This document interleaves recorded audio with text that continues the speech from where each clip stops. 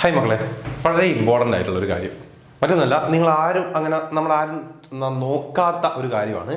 ഒരു stream vice നമ്മുടെ percentage അല്ലേ, വിജയ ശതമാനം ഓരോ വർഷത്തെയും നമുക്ക് കിട്ടുക. പ്ലസ് ടുവിൻ്റെ ഒക്കെ ഫുള്ളായിരിക്കും, 3 സ്ട്രീമിലെയും കൂടെ സയൻസ്, കൊമേഴ്സ്, ഹ്യൂമാനിറ്റീസ് അങ്ങനെയായിരിക്കും. പക്ഷേ നിങ്ങൾക്ക് കൊമേഴ്സുകാർ ഇത് ശ്രദ്ധിക്കുക, നിങ്ങളെ കൊമേഴ്സിൻ്റെ മാത്രമായിട്ടുള്ള ലാസ്റ്റ് ഒരു 7 ഇയേഴ്സ്, പക്ഷേ 7 ഇയേഴ്സ് നമുക്ക് ടോട്ടലായിട്ട് കിട്ടുന്നില്ല. കറക്റ്റ് അങ്ങനെ ഒരു നമുക്ക് ആ ഒരു ഡീറ്റെയിൽസ് അവൈലബിൾ അല്ല ഓരോ സ്ട്രീം വൈസ്. ഓക്കെ, പക്ഷേ അതിൽ നമുക്ക് ഏകദേശം ആദ്യത്തെ ഒരു 3 വർഷത്തെ നമുക്ക് കൃത്യമായിട്ട് കിട്ടിയിട്ടുണ്ട്.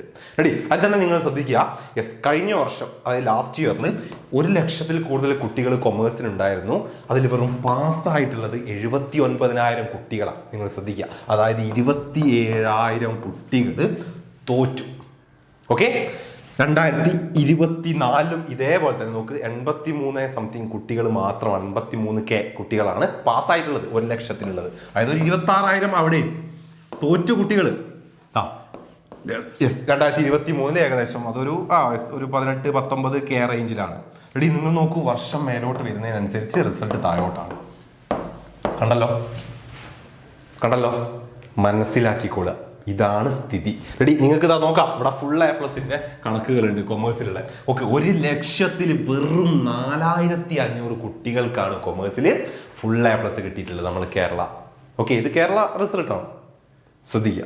ഓക്കെ, അതിന്റെ മുൻപത്തെ വർഷം പ്രത്യേകിച്ച് ഒന്നുമില്ല. ജസ്റ്റ് 2024 1,00,000 നോക്കുന്നത് 5,500 കുട്ടികളാണ്. ഓക്കെ, ഇനിയിപ്പോൾ ജസ്റ്റ് നിങ്ങൾ ഇവിടെ ഫുൾ A+ന്റെ കണക്ക് മാത്രമാണിത്. ഓക്കെ, നന്നായിട്ട് ഹാർഡ് വർക്ക് ചെയ്തിട്ട് ഫുൾ A+ന് വേണ്ടി വർക്ക് ചെയ്തിട്ട് അത് കിട്ടാതെ പോയ ഒരുപാട് കുട്ടികൾ ഉണ്ടാവും അല്ലെ. ഒരു 4A+, 5A+ലൊക്കെ ഒതുങ്ങിപ്പോയ കുട്ടികൾ ഉണ്ടാവും. അവരെ നിങ്ങൾ എടുത്തോ, ഇത് രണ്ടും കൂടെ കൂട്ടിയതാ, ഓരോ വർഷവും നിങ്ങൾ ഒരു 5K എടുത്തോ എക്സ്ട്രാ. ഓക്കെ, എന്നാലും നോക്ക്, ഒരു 10K ആവുന്നേ ഉള്ളൂ, 10,000 ആവുന്നേ ഉള്ളൂ. 1,00,000-ൽ വരും 10,000 കുട്ടികളാണ് കൊമേഴ്സ് സ്ട്രീമൊക്കെ ചൂസ് ചെയ്തിട്ട് നന്നായിട്ട് ഹാർഡ് വർക്ക് ചെയ്യുന്നത്. ബാക്കി 90K സ്റ്റുഡൻസ് എങ്ങനെയാ? ഈ 10Kയിൽ 2 കുട്ടികളേ ഉള്ളൂ. ഒന്ന് 10th നന്നായിട്ട് മാർക്ക് വാങ്ങി, എനിക്ക് ഈ ഒരു കരിയറിലേക്കാണ് പോകേണ്ടത് എന്ന് തീരുമാനിച്ച്, എനിക്ക് കൊമേഴ്സ് സ്ട്രീം മതി എന്ന് തീരുമാനിച്ച് കൊമേഴ്സ് എടുത്ത് പഠിച്ച് 10th എങ്ങനെ പഠിച്ചോ അതേപോലെ പഠിച്ച കുട്ടികൾ.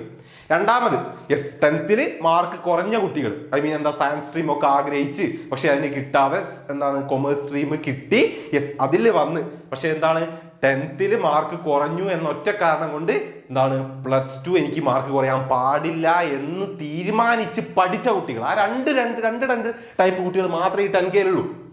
ബാക്കി ഈ 90K എനിക്ക് മാർക്ക് 10th കുറവാണ്, എനിക്ക് അതുകൊണ്ട് പ്ലസ് 2 ഒന്നും മാർക്ക് വാങ്ങാൻ പറ്റൂല, നടക്കുന്ന പരിപാടിയല്ല. അതും കൊമേഴ്സ് എന്തൊക്കെയാ, അക്കൗണ്ടൻസി പഠിക്കാണോ, നടക്കൂല, ഇല്ലല്ല.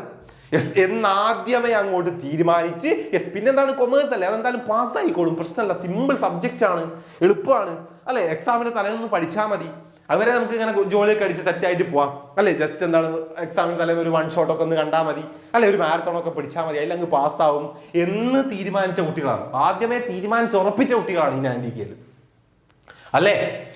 നിങ്ങൾ ഇപ്പൊ തീരുമാനിക്കുക, നിങ്ങൾ ഈ 90-ലാണോ അല്ലെങ്കിൽ 10-ലാണോ എന്ന് തീരുമാനിക്കുക. അത് തീരുമാനിക്കാനുള്ള നിങ്ങളുടെ ലാസ്റ്റ് സമയമാണ് ഈ ഒരു ഓണം എക്സാം എന്ന് പറയുന്നത്. ഓക്കെ, കാരണം ഇപ്പോഴെങ്കിലും മക്കളെ തീരുമാനിച്ചിട്ടില്ലെങ്കിൽ, നിങ്ങൾക്ക് ഈ 10Kയിൽ വേണോ അല്ലെങ്കിൽ നിങ്ങൾ ഈ 90Kയിലാണോ നിൽക്കുന്നത് എന്നുള്ളത് ഇപ്പോഴെങ്കിലും നിങ്ങൾ മനസ്സിലാക്കിയിട്ടില്ലെങ്കിൽ ഇനി നിങ്ങൾക്ക് അത് മനസ്സിലാക്കാനോ അല്ലെങ്കിൽ ഇതിനു വേണ്ടി ചെയ്യാനോ ഒരു ടൈം നിങ്ങളുടെ മുന്നിൽ ഉണ്ടാവില്ല എന്ന് നിങ്ങൾ മനസ്സിലാക്കാം.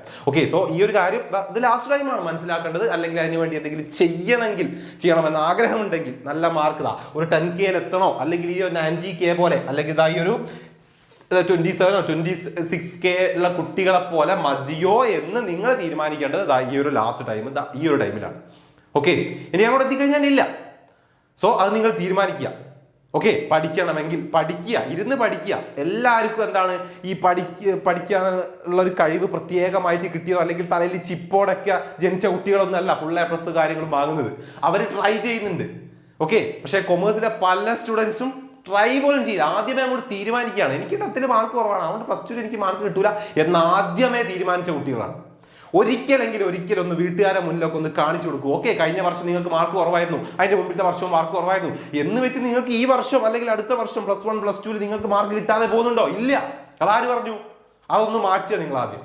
ഓക്കെ, അത് മാറ്റണമെങ്കിൽ നിങ്ങൾ തീരുമാനിക്കുക, ഇപ്പോൾ ഇവിടെ വെച്ച് ഈ റിസൾട്ട് കണ്ടുകൊണ്ടൊന്ന് തീരുമാനിക്കുക. ഓക്കെ, ഇത് മോട്ടിവേഷനായിട്ട് എന്തായിട്ട് വേണമെങ്കിൽ മക്കൾക്ക് കളിക്കാം, അല്ലെങ്കിൽ തമാശ സാറ് തമാശ പറയാണ്, ഇതൊക്കെ പോട്ടെ സ്കിപ്പ് ചെയ്ത് വിടാം എന്നാണെങ്കിൽ അങ്ങനെ ഓക്കെ, നിങ്ങൾക്ക് എങ്ങനെ വേണമെങ്കിൽ തീരുമാനിക്കാം. പക്ഷേ ഈ കാര്യം നിങ്ങൾ ഇപ്പം മനസ്സിലാക്കി വെക്കും.